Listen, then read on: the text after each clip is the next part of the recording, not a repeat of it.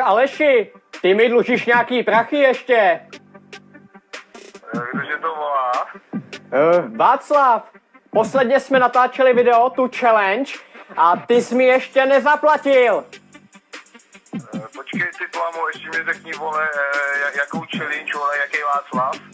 Václav, točili jsme tu challenge, kde jsem musel zvedat ty činky jak kretén.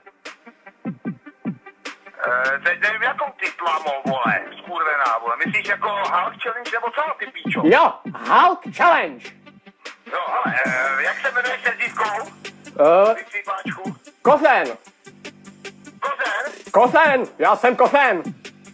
Jo, tak se mi děláš prdel, ne, ty sanko zajebané. Ty vole, mať! Hele, zaplatíš mi to, ty čuráku. Ty vole, to ti neřeknu. No, takže já si to dělám nějakým, vole, mým, vole, YouTube zastaný moc na vdekne. Ty vole, mať! Prosím tě, kde tak jsi tě našel? Že bys mi zatekl do ksichtu. Pojď, ne, hele, sejdeme se u řeky, jo? Pojď tam zpátky, sejdeme se tam, vole. Já se vůbec tam náladu, protože tady mám, vole, na starosti, vole, důležitější práce, než ty, vole, taky Dovol, abych se nasmál, ty čuráku. Přijdeš na to místo a přineseš mi 200.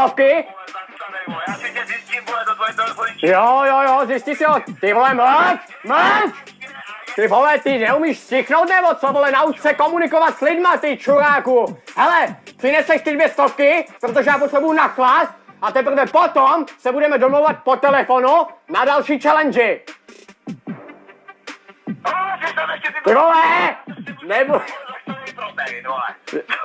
Hele, jebu tě do ksichtu a do plamy, ho nazdar, mrdej, ty šcanko zajebaná, nazdar. No tak nazdar.